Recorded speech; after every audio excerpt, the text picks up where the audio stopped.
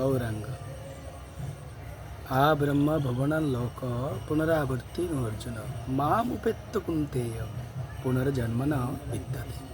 भगवान श्रीकृष्ण अर्जुन के बोलছেন, हे अर्जुन, এই 14 স্টেপ বিশিষ্ট ব্রহ্মাণ্ডে তুমি যেখানেই জন্মগ্রহণ করো না কেন, পুনরাবর্তী তোমাকে জন্মগ্রহণ করতে হবে, বারবার জন্মমৃত্যুর চক্রে আবর্তিত হতে হবে। কিন্তু মামুপেত্য কুন্তেয়, হে কুন্তিপুত্র অর্জুন, তুমি যখন আমার ধামে একবার আসবে, পুনর্জন্ম ন বিদ্যতে, তোমাকে আর দ্বিতীয়বার জন্ম গ্রহণ করতে হবে না।